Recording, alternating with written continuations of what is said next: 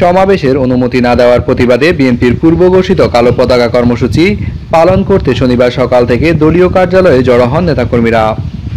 কিন্তু পুলিশের বাধায় তাদের কর্মসূচি পণ্ড হয়ে গেছে। বেলা 11টায় বিএনপির কালো পতাকা প্রদর্শন কর্মসূচি শুরুর আগেই দলটির কার্যালয় ঘিরে জলকামান ও সাজুয়া যান নিয়ে অবস্থান নেয় পুলিশ। সকাল 10:30টার দিকে কয়েকশো কর্মী কার্যালয়ের সামনে সড়কে কালো পতাকা নিয়ে বসে পড়লে পুলিশ লাঠিপেটা শুরু করে।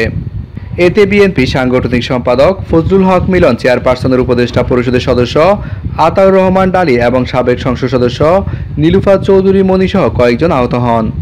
এই সময় জলকামান থেকে রঙিন পানিও ছুটতে থাকে পুলিশ, যাতে আক্রান্ত হন বিএনপির মহাসচিব মির্জা ফখরুল ইসলাম আলমগীরও।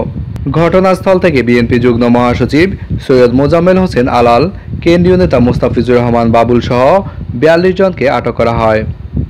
এদের মধ্যে জাতীয়তাবাদী মহিলা দলের কয়েকজন সদস্য রয়েছেন।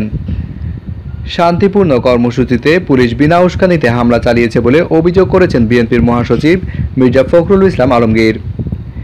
জিয়া এতিমখানা ট্রাস্ট দুর্নীতি মামলায় গত 8 ফেব্রুয়ারি আদালতের রায়ের পর থেকে কারাবন্দী বিএনপি চেয়ারপারসন খালেদা জিয়া তার মুক্তির দাবিতে ধারাবাহিক কর্মসূচি চালিয়ে যাচ্ছে বিএনপি।